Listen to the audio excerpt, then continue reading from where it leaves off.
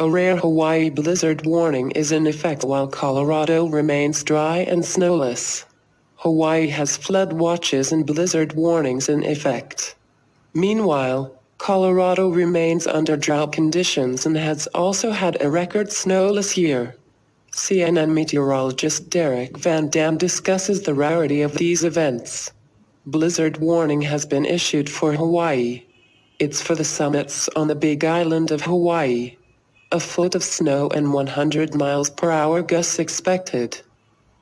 Hawaii has issued a blizzard warning for mountainous areas on the Big Island.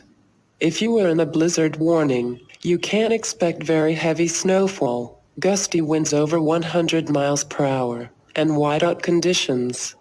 Do not travel in the area during the storm. A blizzard warning is in effect for the Big Island summits as up to 12 inches of snow is expected with wind gusts.